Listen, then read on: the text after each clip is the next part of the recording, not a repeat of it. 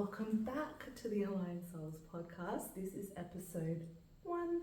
Thank you for joining. If you are new here, I am Katie, owner of Aligned Souls and the Aligned Souls podcast.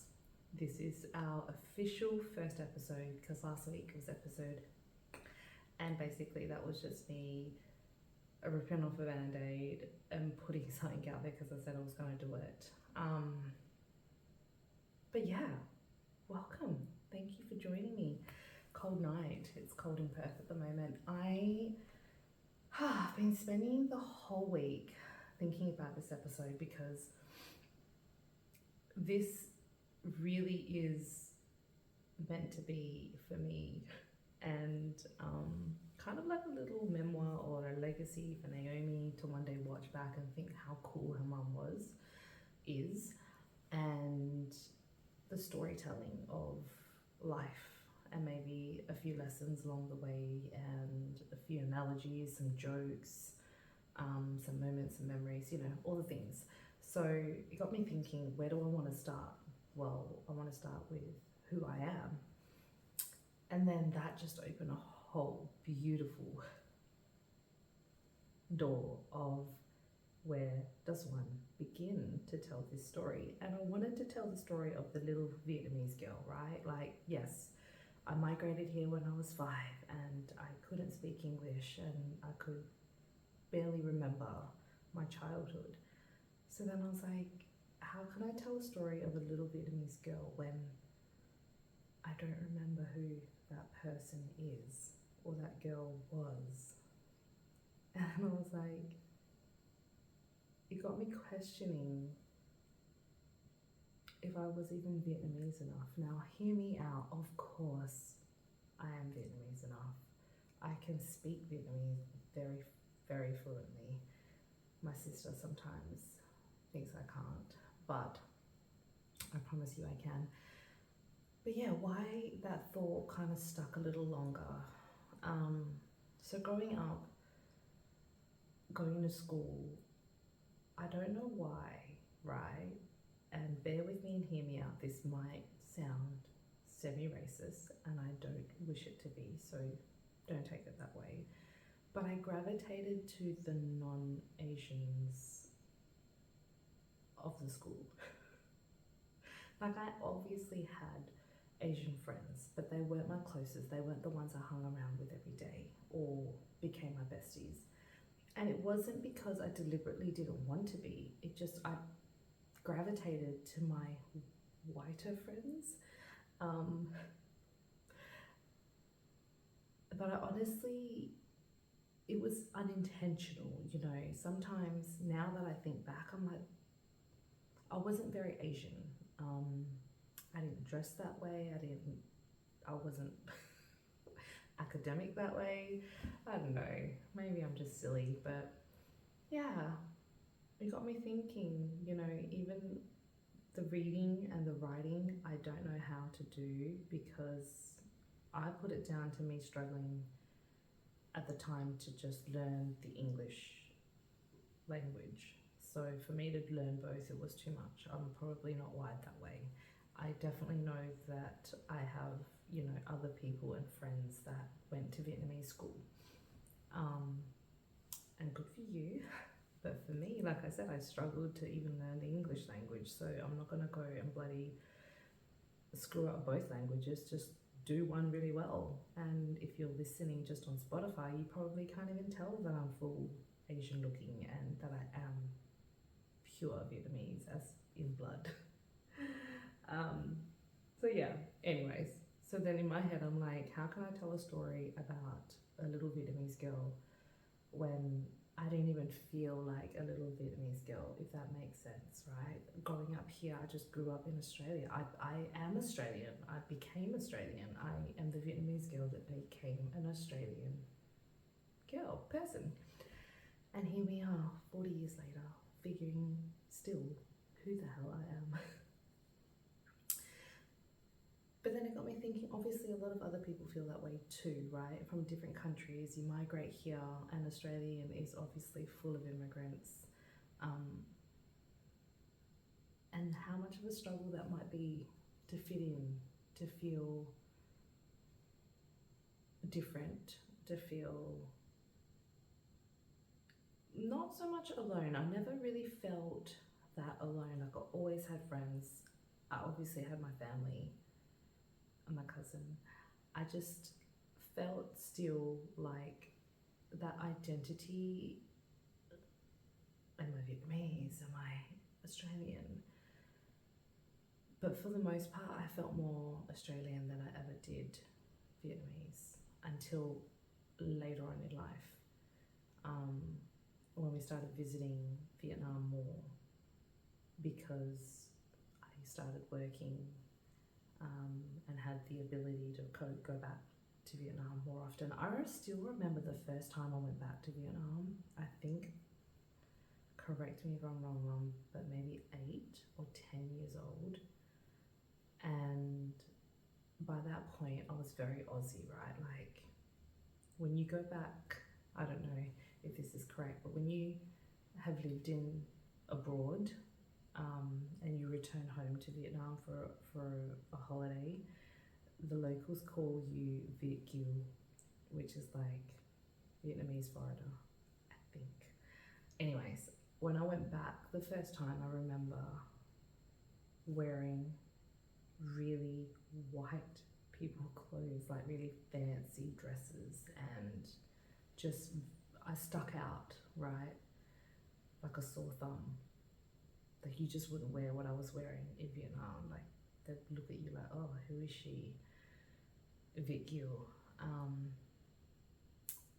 I remember that feeling. Like, I wasn't coming home. I felt like I was on a holiday. Well, I was on a holiday. Obviously, Australia's home. But you know what I mean? Like, I didn't feel Vietnamese coming home to Vietnam. I felt Australian coming home to Vietnam. And I didn't even belong there. Like, I remember my cousins, the language was different, and I just couldn't connect. So that was a little bit, yeah, I don't know, because I was still young, you know. Anyways, a few more times visiting, and as I grew older, it changed differently. Like, I became more of a familiar place for me. Like, it wasn't so much of a shock.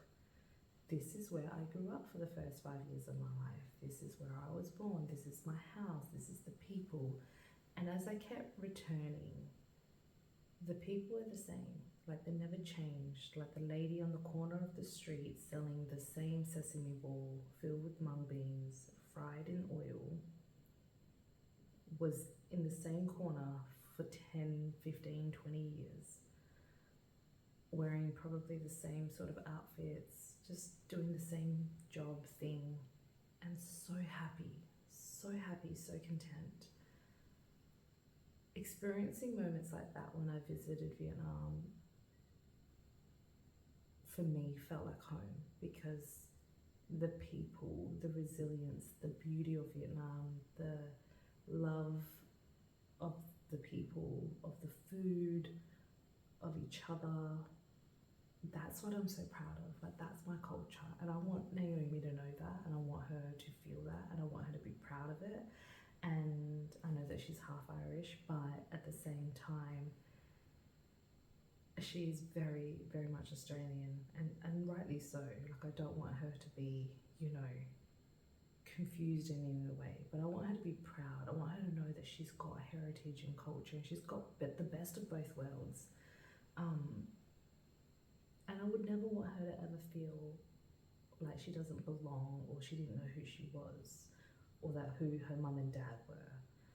So I guess this podcast is some way a little bit of a nod for her to know that mum struggled figuring out who she was, but she doesn't have to necessarily. So anyways, it's just a thought.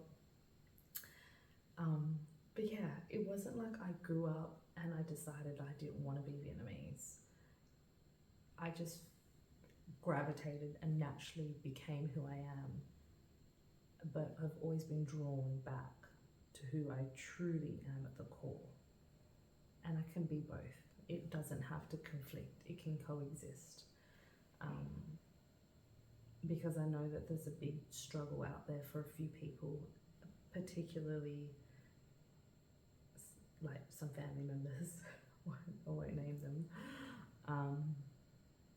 but they've just never felt like they truly belonged here. Potentially, I don't know. Can't speak on their behalf, and I get why. Like I really do. I came here when I was 5. But they came when they were older. They would have already had life experiences of like friends and schools and routine and the rest of it. So the assimilation might have been a lot harder. And obviously, sharing that same sort of struggle with the wider world, I get why there might just be that feeling of being lost. And why going home is so important for a few people, and of different cultures, not just Vietnamese. But anyways, just a thought. Today I went to the nail salon. This is going to again sound very racist, but yes, they were owned by Vietnamese, and my friends were actually all there because we're going to Bali in 2 or 3 days. I'm so excited. And I walked in and I just naturally spoke Vietnamese because, well, I'm Vietnamese and I know they are, so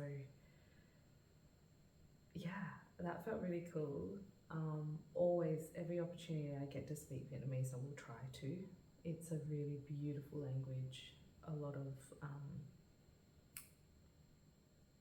I guess, for me, there's a lot of intention in the language. Like, you don't just go calling you and me. Like, there's all different ways to refer to someone out of respect.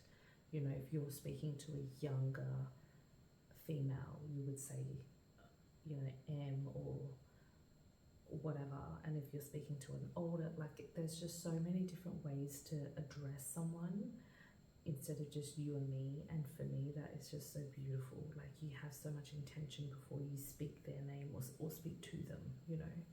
It really drives that mutual respect. Not to say that you and me, there's anything wrong with you and me. Anyways, I just like I like that language. And my friends were actually really blown away. They were like, "Oh my God, Katie, you sound so hot. I've never heard you speak, blah, blah, blah." And I forget that they haven't heard me speak. And yeah, I really like it. It's really cool, like being bilingual. Sadly, my brother doesn't think I'm Vietnamese enough because I don't know how to read and write it. And I get it. I failed. Potentially one day I might still be able to learn, hey, but not right now. It's got too much going on. But yes, Naomi unfortunately does not know how to speak, read or write, and I am very sad about that. I probably failed her in that respect. But you know what? Grown-ass people are out there, white men are out there learning the Vietnamese language and speaking fluently. So if they can do it, she'll be able to do it if she wants to. But yeah, I just thought I would share that growing up and who I am today, a proud Australian, so proud, so lucky to be here, especially in this time, that I am Vietnamese and that I'm very proud of my culture. I love the people, I love the food, I love the history. You probably don't know enough about it, but I don't think geographically it matters where you are, right? Like, home is where your heart is. Let's just sit with that for a minute. Home is really where your heart is. And I think recently I saw a story of this man that was adopted out of Vietnam when he was a baby, like a baby, and he sounds so Australian. And he was saying that basically, that he was asked, "Do you want to go back and find your biological parents?" And I think for him specifically, because obviously every story is different, he was like, "Well, my mum and dad love me and I love them. And that's enough for him." It's as simple as that for him. He knows who he is. He knows, obviously there's parts of him that would want to know and wonder. And I'm sure he's gone back to Vietnam. I don't know. But the point is, if you're out there, and I know that there are people out there, I know personally, so I'm probably speaking directly to you. If your loved ones are not close and you don't feel like you potentially belong because you're in a foreign country or because you're not where your people are, I get it. But you don't have to, I guess, fake that part of you that yearns to belong or to be loved or feel like you're not alone. Because your people is where your home is. You know, your home is where your heart is. So yeah, I don't know, I just felt like I needed to say that. I'm so excited for the next episode on next Sunday because I will be in Bali and I'm going to bring this whole setup and I'm going to try to do my podcast in Bali and maybe rock up with braids or something. No, I'm just joking. But yeah, thank you so much for joining me tonight. I don't know how long I've been rambling on for. I hope it hasn't been too long. This episode, again, like I said, it was really I wanted to explain a little bit more about who I am, and for my daughter especially, when she grows up one day thinking whatever she wants to think, that she has a place to go to get to know her mum better. And I'm so grateful that you guys are on this journey getting to know me better. If you have anything specific you want to ask me, always feel free to reach out, put it in the comments, send me a DM. If you like, follow and subscribe. As the episodes get on, it will be a little bit more in depth. I felt like I just wanted to do this episode justice in regards to how I grew up in Australia. So completely different to my brothers, and obviously my sister. And how I found my way in life now, only really solidly for the last probably 10 years. I've been, home because I found the love of my life and that's where my heart is. But prior to that, I definitely did feel very lost, very, why am I here? What am I doing? Like I didn't understand. And the more I go on this journey of self-development and self-reflection and discovery, it's very evident that there is no purpose to this. There is no reason. There is no specific answer. Your life is your journey, and your journey is just this moment here that is forever passing. It's not what happened 2 seconds ago. It's not what's going to happen after this. It's literally right now. And I'm just so proud to be able to enjoy this moment of life. And wherever it takes me, takes us, I'm happy. And I just want to share that. So yeah.